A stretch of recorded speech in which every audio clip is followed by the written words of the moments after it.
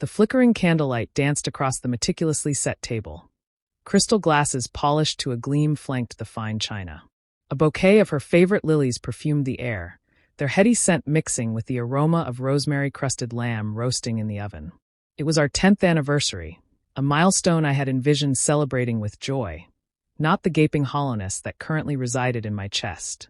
I checked my watch for the 10th time in as many minutes. 8:17 p.m. She was late. Again. Lately, late had become the norm, brushed off with flimsy excuses about work deadlines and unexpected meetings. At first, I had accepted them, blinded by love and trust. But the whispers, the furtive glances, the lingering scent of unfamiliar cologne clinging to her clothes, they all painted a different picture. A picture I desperately tried to ignore.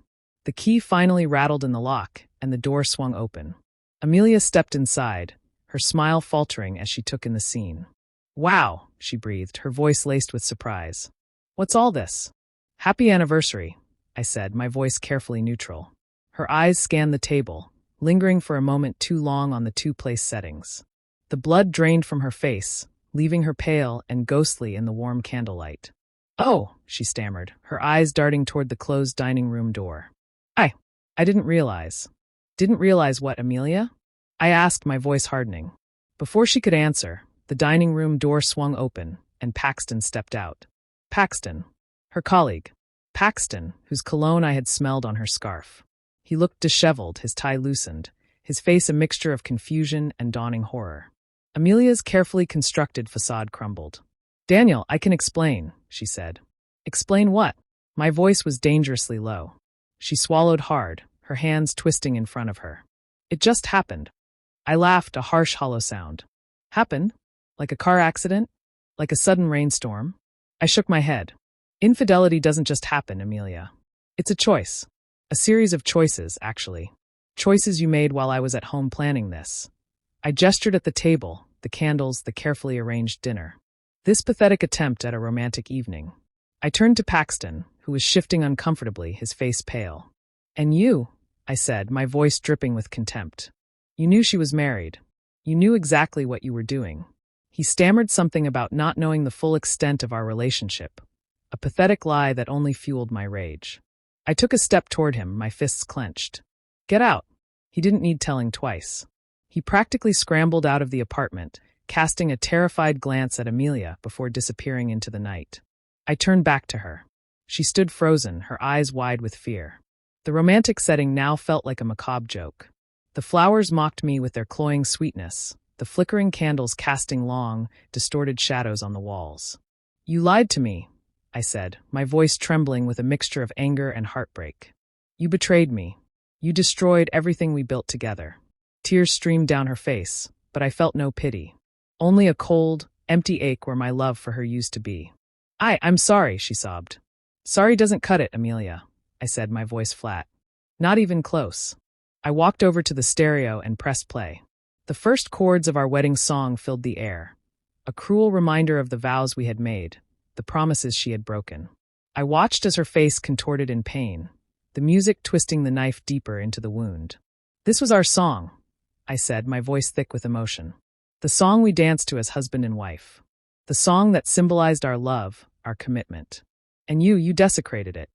I picked up the framed photo from the mantelpiece, our smiling faces staring back at us from our wedding day. I held it out to her. "Do you remember this day, Amelia?" My voice was choked with emotion. "Do you remember the promises we made?" She nodded, her sobs racking her body. I smashed the frame against the wall. The glass shattered into a million pieces, just like our marriage. "Get out," I said, my voice devoid of emotion. "Just get out." She didn't argue. She picked up her purse, her hands trembling, and walked out the door, leaving me standing alone amidst the wreckage of our shattered lives. The next few weeks were a blur of anger, grief, and disbelief. I barely ate, barely slept. I moved through life in a daze, the world around me muted and unreal. I threw myself into work, using it as a distraction from the constant ache in my chest. I started seeing a therapist, trying to piece myself back together. Then one day, I received an email. It was from Paxton's wife, Nora. She had found out about the affair, about the carefully orchestrated anniversary dinner, about everything. She was devastated, heartbroken, furious. and she wanted revenge. We met for coffee, two strangers united by a shared betrayal. We talked for hours, sharing our stories, our pain, our anger. And as we talked, a plan began to form. Paxton was a rising star in the financial world, a man with a carefully crafted image of success and integrity. Nora had access to his computer, his phone, his secrets. We worked together, meticulously gathering evidence of his shady dealings, his illicit affairs, his carefully constructed lies. We contacted his company anonymously, tipping them off about his fraudulent activities. We leaked information to the press, exposing his double life. We watched, grimly satisfied, as his world crumbled around him. He lost his job, his reputation, his wife. He became a pariah, ostracized by the very people who had once lauded him. Amelia, too, faced the consequences of her actions. The whispers followed her, the judging eyes, the hushed conversations. She lost friends, respect, her sense of self. She tried to contact me, to apologize, to explain, but I refused to engage. The damage was done. Irreparable. My revenge wasn't just about inflicting pain. It was about reclaiming my power, taking back control of my life. It was about showing them, and myself, that I wouldn't be broken by their betrayal. It took time, but I eventually started to heal. I began rebuilding my life, brick by painful brick. I learned to trust again, to love again. I found happiness, not in grand gestures or extravagant displays of affection, but in small, quiet moments of genuine connection. I learned that true love wasn't about fairy tales or romantic dinners, but about honesty, respect, and unwavering loyalty. And as for Amelia and Paxton, I never saw them again. They became ghosts of the past, reminders of a painful chapter in my life. But they also became a catalyst for change, a painful lesson that ultimately led me to a stronger, more authentic version of myself. The scars remained, permanent reminders of the betrayal I endured. But they also stood as a testament to my resilience, my strength, my ability to rise from the ashes, stronger and more determined than ever before.